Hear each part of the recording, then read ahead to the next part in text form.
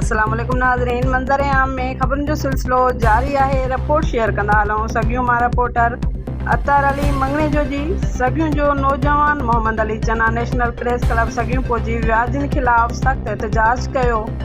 नौजवान मोहम्मद अली चना national press club सॻियूं पहुची साफ़ इन अॻियां दाईंदे चयो त असांजो व्याजखोरनि जीअं जंजाल करे छॾियो आहे। गुज़िरियल ॾींहुं सोनो खान वसाण 30 खां वधीक माण्हू वठी अची घर ते कब्ज़ो करण जी कोशिश कई। असां मज़दूरी करण लाइ घर खां ॿाहिरि निकितल हुआसीं। हिननि अची घर ऐं उताक जे दरवाज़नि खे भञण जी कोशिश कई ऐं ॿारनि सां बदतमीज़ी कई। अहिड़े इतला DSP सोबोदेरो खे ॾिनो, जंहिं सॻियूं पुलिस चौकीअ जे पुलिस मोकिली।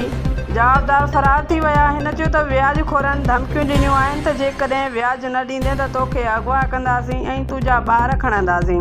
हिननि वधीक चयो त व्याजखोरनि खे कर्ज़ ॾियण लाइ हर घर बेट खपाए 50 लखनि खां वधीक कर्ज़ ॾिनो आहे, पर उन्हनि जो व्याज खुटे ई नथो। व्याजखोरनि जीअं जंजाल करे छॾियो आहे। आख़िरी में सभिनी भाइरनि जो हिकु घर ऐं ओताक बची आहे, जंहिं ते बि व्याजखोर कब्ज़ो करणु चाहिनि था।